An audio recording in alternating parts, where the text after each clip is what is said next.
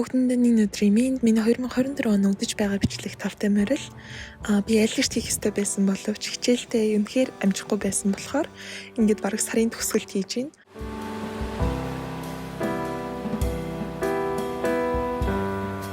Манай найз маань маш холоос ирээд бид хоёр нэлээд удаан хамтдаа байсан. Маш олон хотны хүмүүсийн маань өсөдөр болсон. Happy birthday!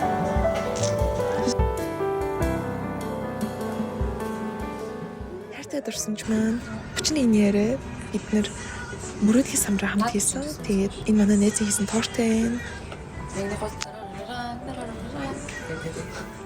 Шинэ он гарваггүй юу хичээлдээ бүр бөмбөгдүүлсэн өмнө нь хийжсэн бүх бүтээлүүдээ багш нартай хураалгах, бас өөртөө вебсайт хийх ч юм уу тий хичээлүүдтэй бол үнэхээр дарлуулсан. Тэгээд дарлуулж өнөөдөр л завтай боллоо. Нэр өмнөх бичлэгэн дээрээ би эхлэлийн тэмцээнд орно гэдээ ирсэн та. Тэр эхлэлийн тэмцээнд орсон. Тэгээд тэгтээ хүссэн үр дүндээ хүрч чадаагүй. Гэтэ яах вэ?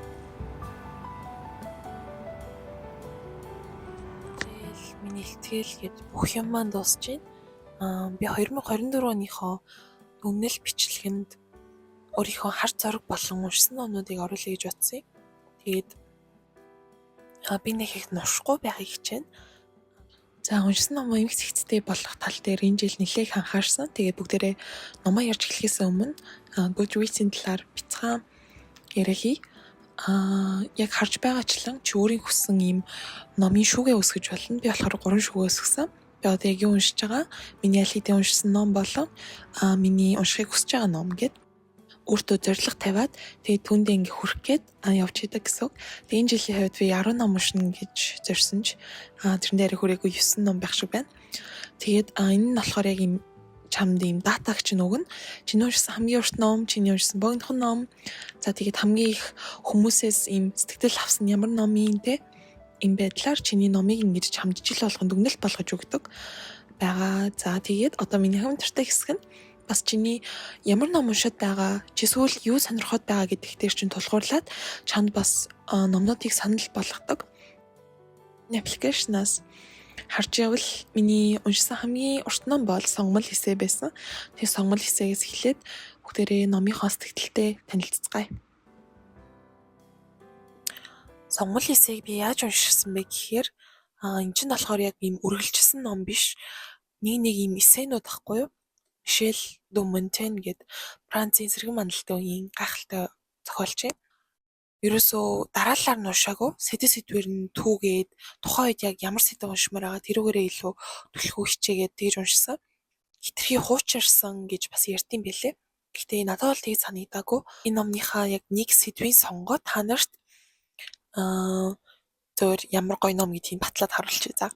Энэ номоо бол бүр Ирэ Миран болтол нь ингэж уншсан. Тэгэхээр Монтеньи үзэж байгаагаар ганцаардал гэдэг яг юу вэ гэдгийг та нарт уншиж өгье. Тэнгисийн зүг хандсан харуут сайтай ямар нэгэн газар нутаг биш. Ухаан бодол сэтгэл санааг амраадаг. Тэгэхээр сэтгэлээ шинчилж өөрлөгөө шургах хэрэгтэй. Хэдийгээр гав ганцаараа байвал илүү их чөлөөтэй. Бүрэн дүүрэн таашаал амсах нь мэдээж дотоод ертөнц рүүгээ ийн орж чадсан хүн хотын хөлөлтөнд дундаж хааны ордонд ч жинхэнэ ганцаардлыг мэдрэн жаргаж чадна. Төгс ганцаардал гэдэг бол чиний ухамсарт байдгиймаа л гэж хэлээд байгаа байхгүй юу? Энэ хүн 15 дугаар зууны үеийн хүн те 15 дугаар зууны үед тухайн үеийн одоо нийгэм бол бүр шашинд хит автсан ч юм уу хуучинсаг харгис ч юм шиг нэг тиймэрхүү байсан штэ. Гэтэл Монтеньгой бол ерөөсөө Монтеньгой болсон. Та нар боддоо цаг үеэсээ хитрхи тийм төрүүлж бодож байгаа хүн шиг санагдахгүй нү? 15 дугаар зууны үед ганцаардлын тухай яг ийм эссе бичээд байж гэнэ гэдэг бол бүр би энэ номоо бол бүр уншсаар байх болно. Морита өнгөрүүлсэн мягмар гаригууд болон Чарльз Буковскигийн шүлгүүдээр би медиумд аль хэдийнэ тэмдэглэл болгоод оруулсан байгаа. Болохоор түр алгасчээ гэж бодлоо. За дараагийн ном Номын жор гэдэг ном байна. Номын жорыг бас би уншихтаа яаж уншсан бэ гэхээр би Монгол толготны 100 эрхэм хэсэг бүр нэлээ үзээд тэгээд эхлээд яг тэр бичлэгийг үзчихээ дараа нь яг номыг уншиж таарсан байхгүй би. Тэр хүний хэлсэн бие тэр одоо өгнүүд те бүх юм нь яг энэ номон дээрээ эргээд нэг юм дүгнэлт маягаар ирээд байгаа юм шиг надад санагдаад яг ингэж хослуулж уншсан надад бүр маш их таалагдсан. Яг ном болгоно маань эхлэлдээ юм титэм гоё монгол бичгийн бичлэгтэй. Тэгээд би монгол бичгээ ер нь бол энэ номноос жоохон ингэж марцсан байна уу яасан байна уу гэж сэргээж хараад байгаа. Энэ намралтаараа бас монгол бичгээд ирээд жоохон бичиж эхлэе гэж бодож байгаа. За тэгээд номын хувьд чи энэ номноос яг юуг мэдэрч чадах вэ гэвэл монгол гоё ахуйгаа жоохон мартагдах гэдэг үг хэллэх ч юм уу те. Тэгээд бас манай гайхалтай тэр зохиолчдын үзэл бодол хойчдоо яг хэлэх гээд байгаа үгс нь байгаа. Улаанбаатарыг би шувуу байхыг би үтсэн гэд уран тохсгой ном баха. Тийм уран тохсгой ном. Тэгээд би шүлгийн номтой анх үлээ төгсгойн шүлгийн номоор танилцчихсан байхгүй. Тэгээд одоо миний гарт байгаа энэ тусан будаа байна. Гэтэ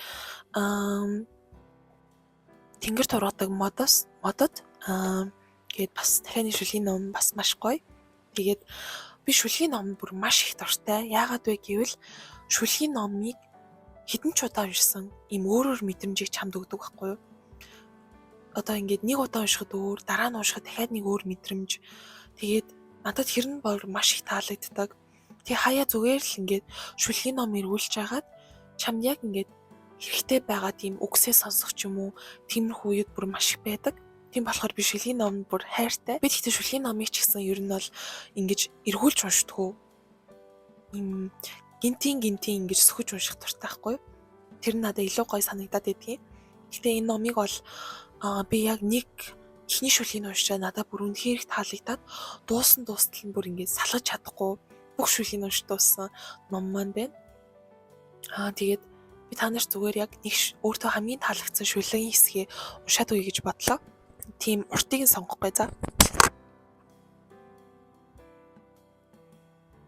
Алдаа гэдэг шүлгийг уншиж үгэй.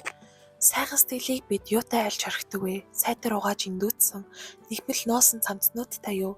Салхи хэсгэрийн шөөгөвч, итгэл төрүүлэн моддтай юу? Шаналж зовлогийг мартсан, хор мэд өнөөх үгстэй юу? Сайхан сэтгэлийг бид юутай айлж хорхидог вэ? Шинхэн талхны өнөр эсвэл дөнгөж саасан сүү шиг цаг хугацаа түүний үн цэнийг булаалдагч аанай хавирлгүй тэнгэр мэд мөнхийн сайхан сэтгэл бол хайрал биш. Тэр яавч биш.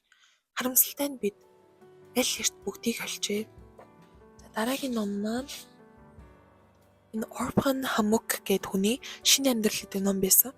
Энэ болохоор турк зохиолч. Би анх удаа турк хүний зохиолыг уншсан баха. Тэгээд номыг яг манай найзууд маань анх Японд ирэхэд онгоцны бодлоор намайг гаргаж өгөхдөө онгоцны бодлоор бэлгэлжсэн түүхтэй. Тэгээд би хамгийн анх яг эхлүүлчихэд ямар муухай нуршуу ном бэ гэд орхисон байхгүй юу? Яг хүн зохиогчийн бодол яваад байна уу? Хийсвэрлэл яваад байна уу? Яг жинхэнэ үйл явц яваад байна уу гэдгийг ингээ ойлгохгүй заяа. Угаасаа энэ ном маань Нобелийн шагналт ном юм байлээ. Тэгээд тухайн үед Турктэй гараад нэлээд борлуулалтаараа тэргүүлж исэн тийм ном юм байлээ. Унс судраас хэвлэн гаргасан. Унс судрын нөгөө нэг юм жижигхэн номнууд байдаг штэ тий. Арсан хүрэмтэй мадоноо газар доороос бичсэн тэмдэглэл гээд тэгээд би тэр номнуудаар нь ер нь унс сударт нэлээд дуртай. Ад үзэгдэх зориг би хэлсэн билүү? За ямарч энэ номыг болохоор манай найз маань миний төрс өдрөөр өгсөн. Би одоо өөрөө яг Японд амьдарч байгаа гэдэг утгаараа надад энэ ном яаж ч юм тийм гэж бодлоо өгөөгүй. Монголын нус товчоог яагаад уншсан бэ гэвэл од мөндөргээ суу гэдэг штэ тий. Тэрний яг хүннүүгийн төгөөг би сонсчоод дараа нь Монголын нус товчооны яг тийм бүлэг подкастыг сонссон байхгүй бас. Тэгээд тэрэн дээр бол бүр ингээд маш дэлгэрэнгүй ярьдаг за. Одоо ингээд зүгээр нэг унших өөр тэг чиний яг уншсан юм ингээд чам тайлбарлаж өгнө гэдэг чинь бас өөр шттэ тий. Тийм болохоор намайг бүр ингээд уншуулмаар санагдаад тэр подкастыг сонссны дараа уншсан чинь бас бүр үнэхээр илүү юм сэтгэлд бууж өгсөн гэх юм уу. Тэгээд уншсан юм байна. За тэгээд энэ нөө хавцсан нэлээд хуучирсан. Би гэрээсээ захиж авчруулсан байхгүй Монголоос. Тэгээд нэлээд хуучирсан тийм ном байна. Энэ миний гаргасан дизайн. Тэгээд угаасаа богинохон ном байсан байхгүй юу? Тэгээд одоо манай Монголын туйлс байдаг штэ тий. Ер нь нэг тиймэрхүү заяа. Японы маш тийм жоохон хуучин үг яриагаар бичигдсэн. Тэгээд энэ номын дизайныг гаргаж байгаа болохоор би номыг ер нь уншсан нь зүгээр ах гэж бодоод би уншсан. Тэгээд за тэгээ баяртай.